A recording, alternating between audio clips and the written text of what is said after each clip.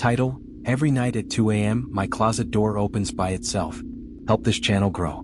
Like the video, leave a comment and subscribe for more stories. This helps us a lot. Thank you. The story begins. Every night at exactly 2 a.m. something in his room moved. No wind. No footsteps. No explanation. Just the slow, deliberate sound of a closet door opening on its own. What began as a small disturbance turned into something far darker than he ever imagined. If this story unsettles you, subscribe now. Because some doors, once opened, never truly close again. Ethan Cole had always considered himself rational. He lived alone in a small 2-bedroom apartment on the 3rd floor of a quiet building on the outskirts of town. The structure was old but not ancient, the kind of place with faded hallway carpets and pipes that groaned faintly in winter.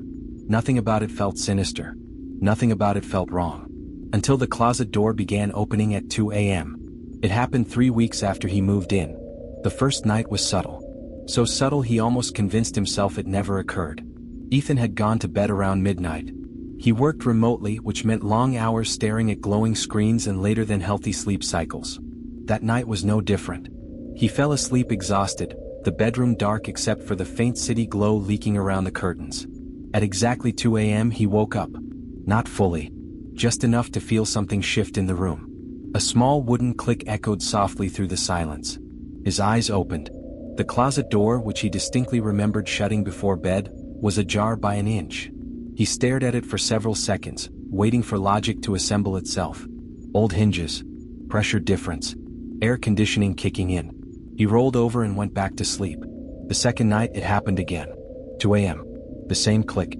This time the door creaked open slightly wider. Perhaps 3 inches. Ethan sat up in bed. He felt no fear, only annoyance. He got up, walked across the room and pushed it shut firmly until it latched. He tested the handle twice to ensure it caught. Then he returned to bed. At 2 a.m. the following night the sound was louder. The click was sharper. Ethan's eyes snapped open immediately, as if his body had anticipated it. The closet door was halfway open. He felt something unfamiliar then. Not fear. Not yet.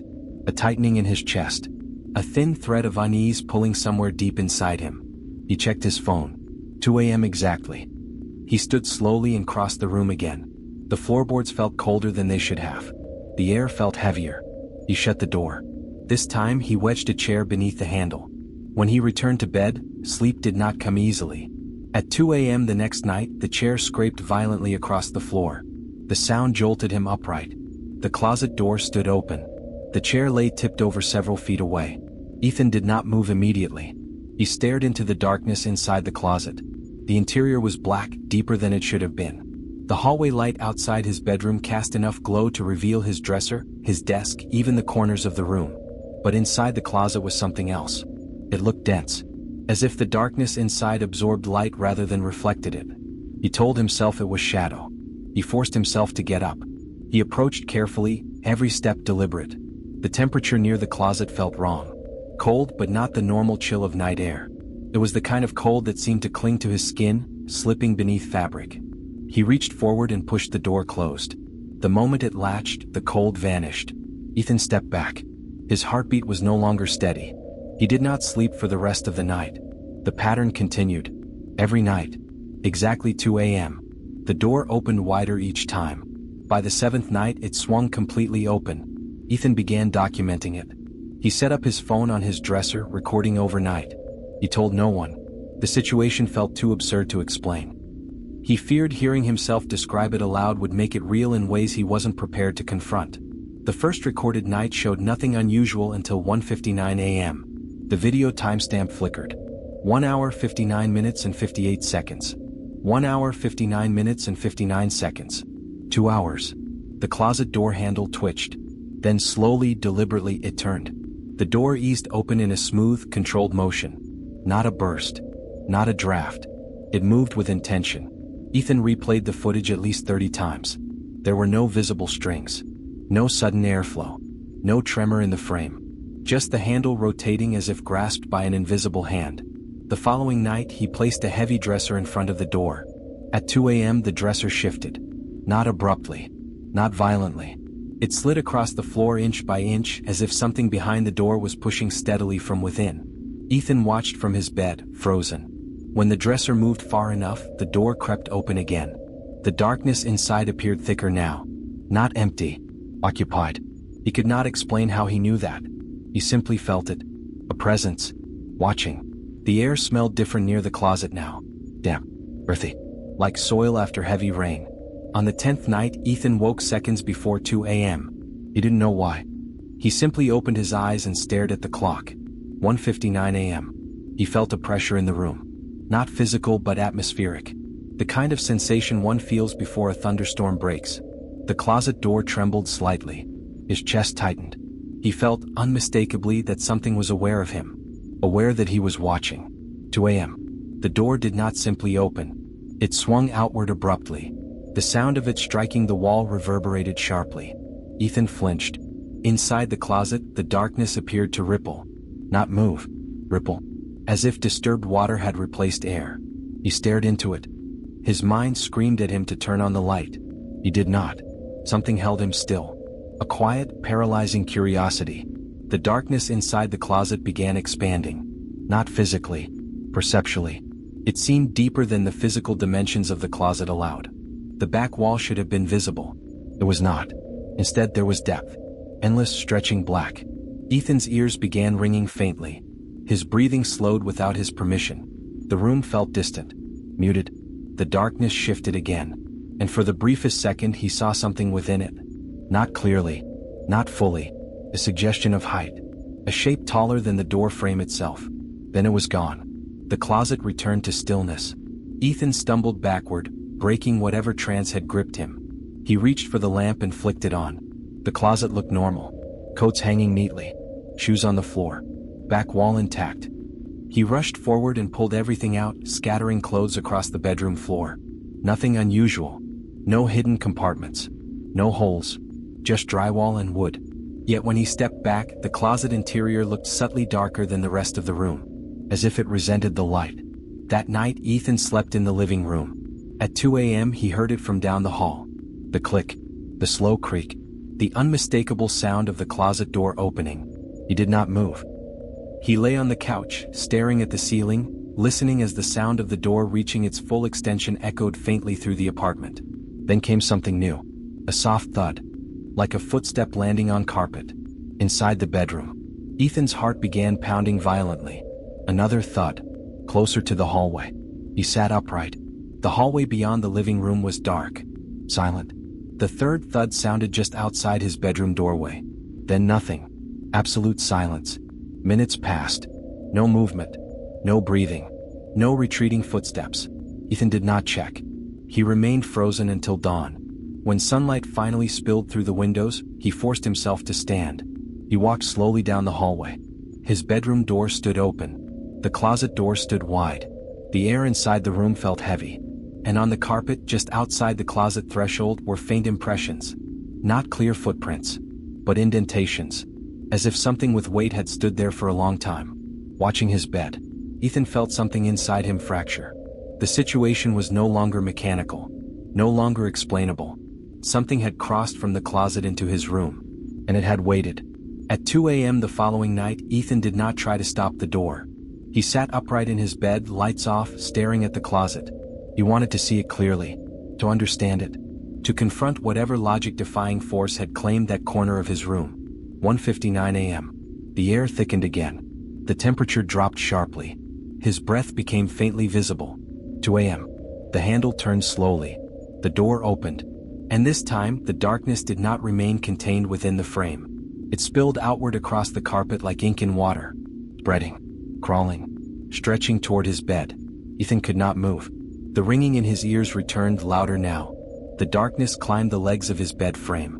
Reaching. Seeking. And within it, that tall, distorted shape began to form again. Long limbs. Head tilted unnaturally to one side. Featureless. But present. Closer than before. Ethan felt a crushing certainty settle over him. The closet door was not opening.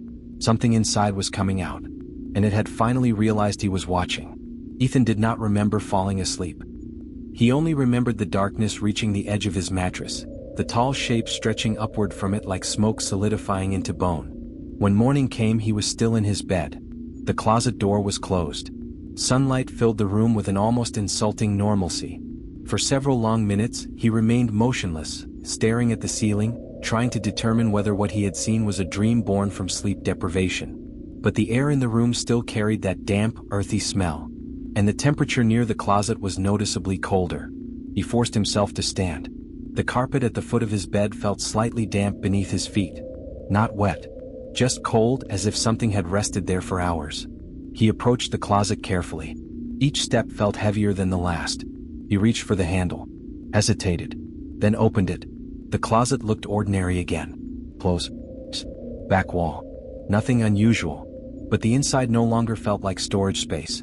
It felt like an entrance. That realization settled into him slowly and heavily. Ethan spent the day researching structural anomalies, shared ventilation shafts, hidden crawl spaces in older apartment buildings, psychological sleep disorders, hypnagogic hallucinations, parasomnias. He clung to rational explanations as if they were life preservers. By evening, he had convinced himself of one thing: if something physical was happening, he would prove it. That night, he set up 3 recording devices: his phone on the dresser, an old tablet angled toward the closet from the desk, and his laptop recording from the hallway facing into the bedroom. If something moved, he would capture it from multiple angles. He left the lights off. He sat upright in bed, waiting. 1:47 a.m. The room felt tense. 1:58 a.m. The temperature dropped rapidly, enough that his skin prickled. 1:59 a.m. The ringing in his ears began again, low at first, then rising steadily. His heart pounded so violently he could feel it in his throat. 2 a.m.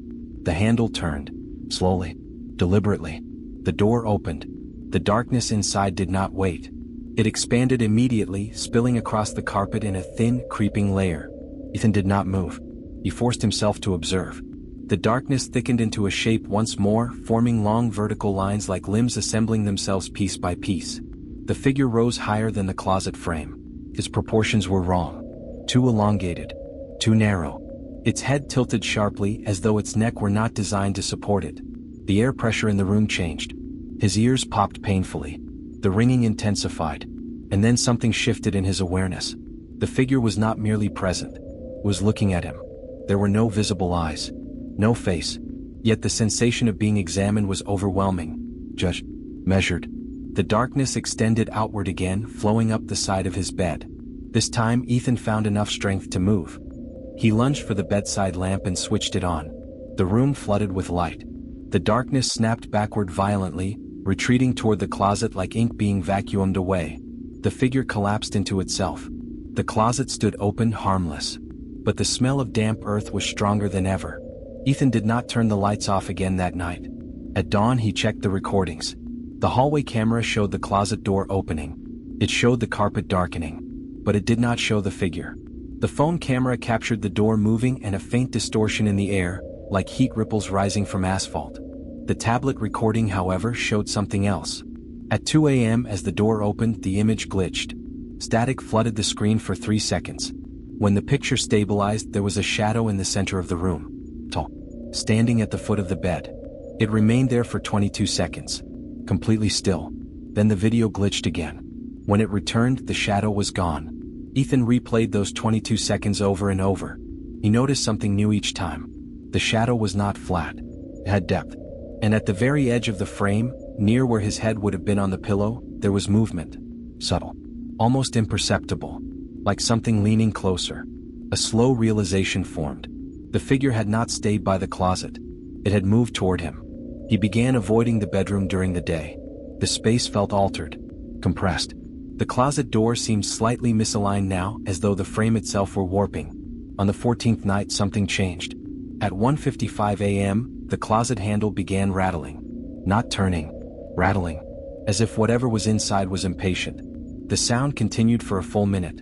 Ethan sat frozen. The ringing in his ears began earlier than usual.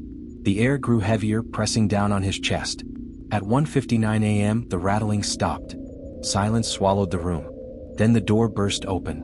No slow creak. No gradual movement. It slammed against the wall with violent force. The darkness poured out faster than before, thicker, denser.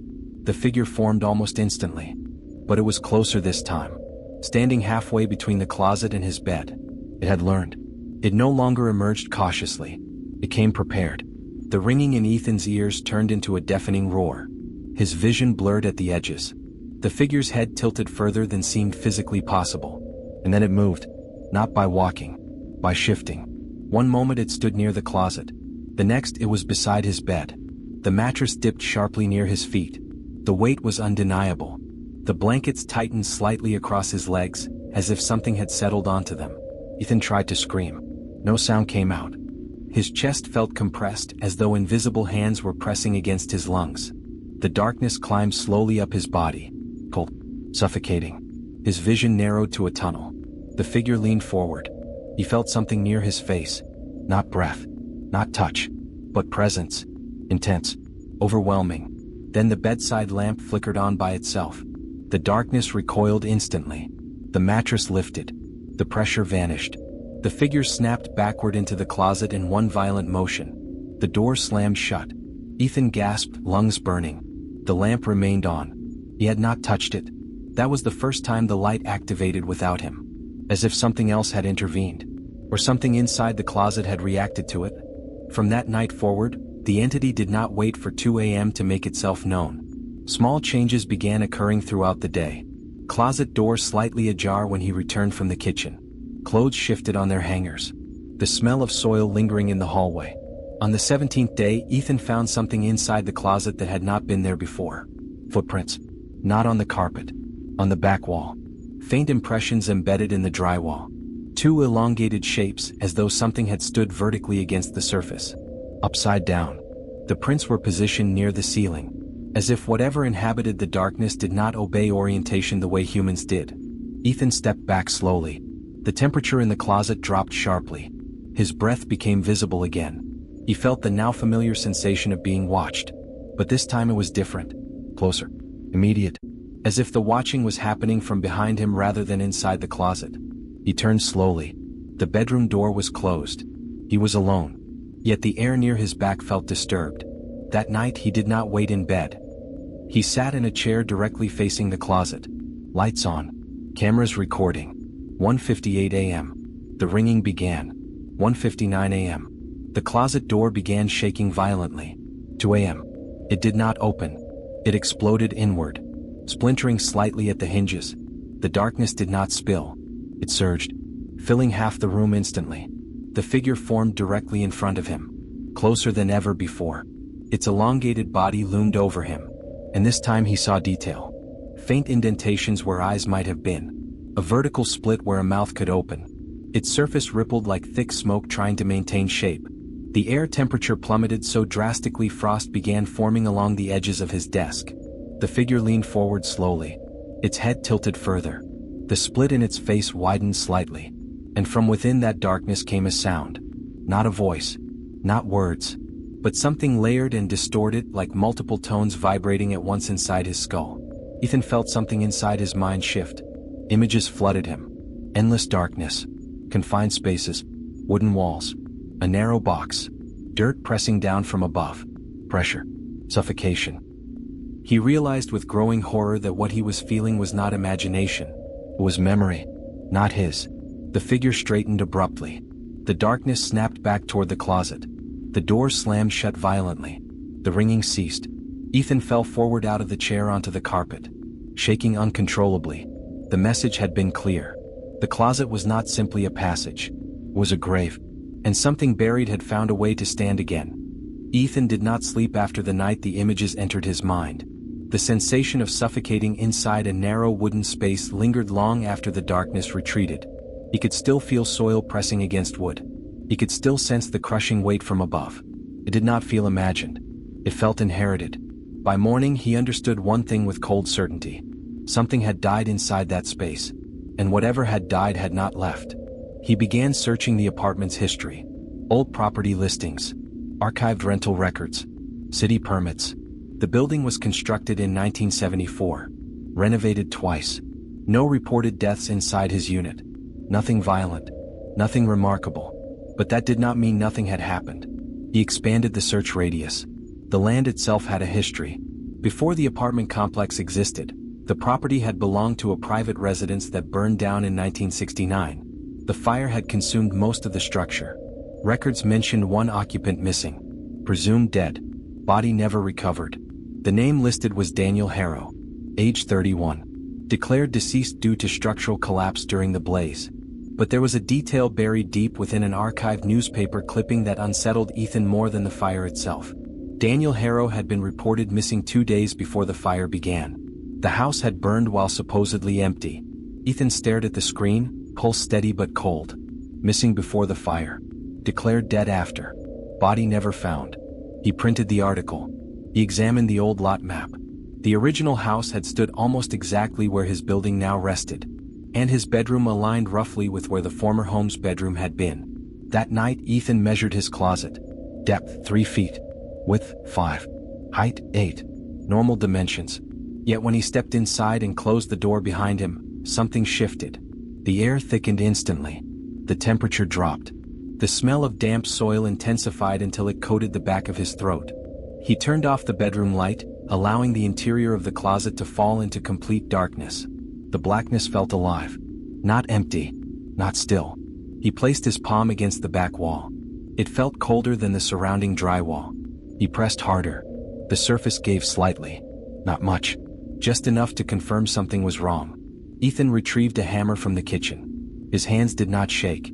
He struck the back wall once. The drywall cracked. A thin line split vertically down the center. From within the fracture came a draft of air colder than anything he had felt before. Not the cold of winter. The cold of something sealed for decades. He struck again. The drywall caved inward. Behind it was not insulation. Not wooden framing. There was empty space. A hollow cavity extended several feet beyond the visible wall. And within that cavity was soil. Packed tightly. Dark and heavy. Ethan stepped back slowly. The ringing began again. But it was louder now. Constant. He knelt and pulled away more broken drywall.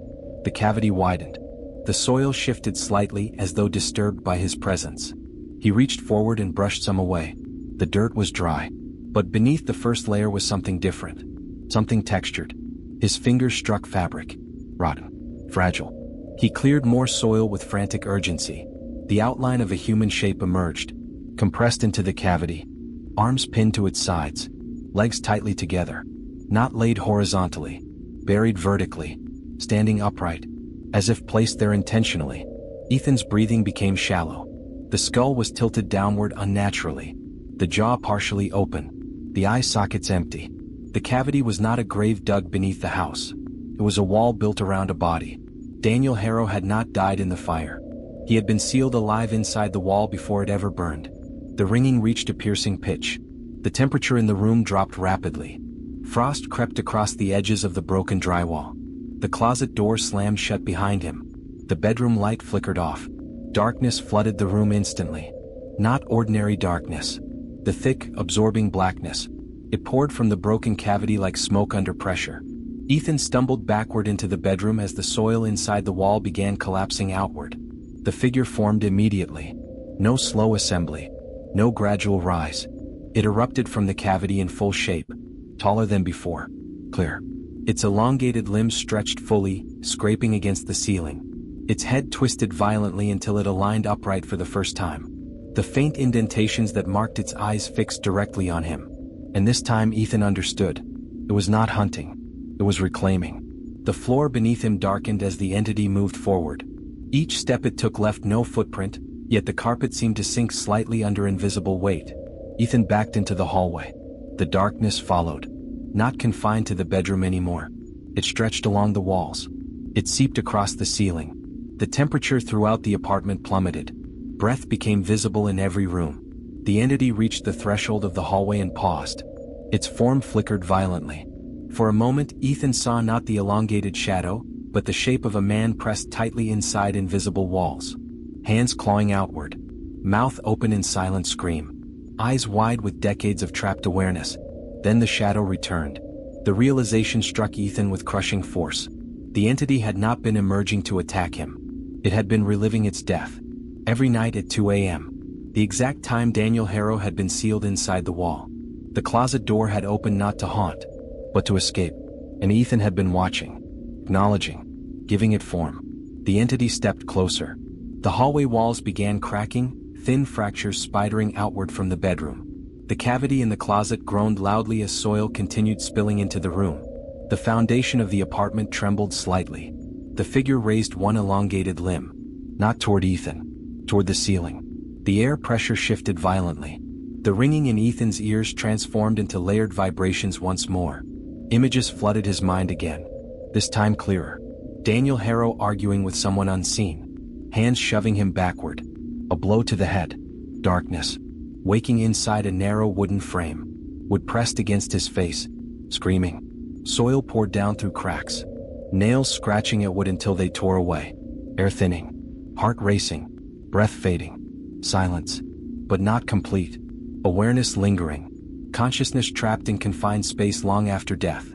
Ethan collapsed to his knees. The entity loomed over him.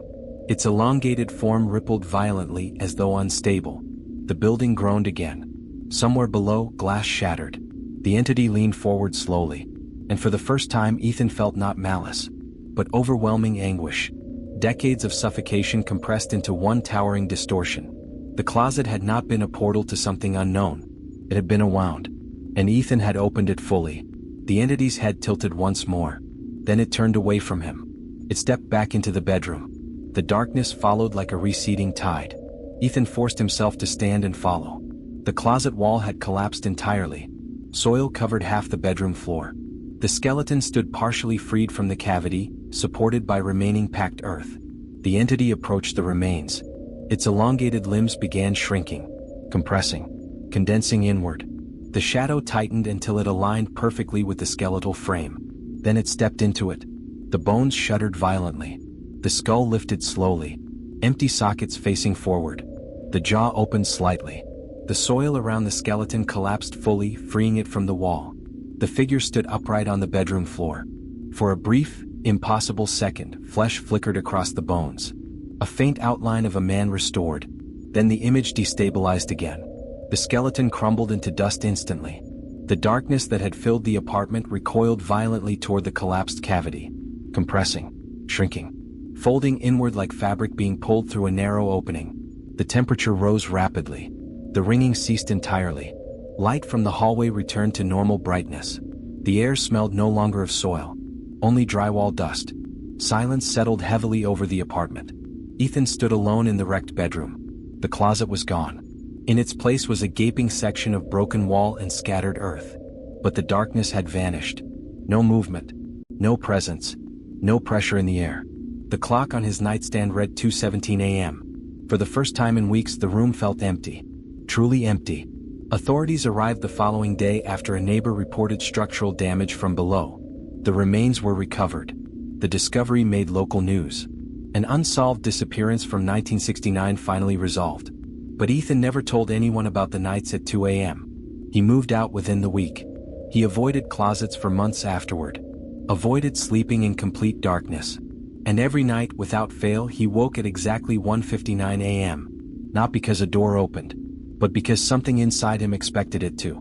He would lie still in bed, staring at whatever closet existed in his new room, waiting for the handle to turn, waiting for the darkness to spill outward.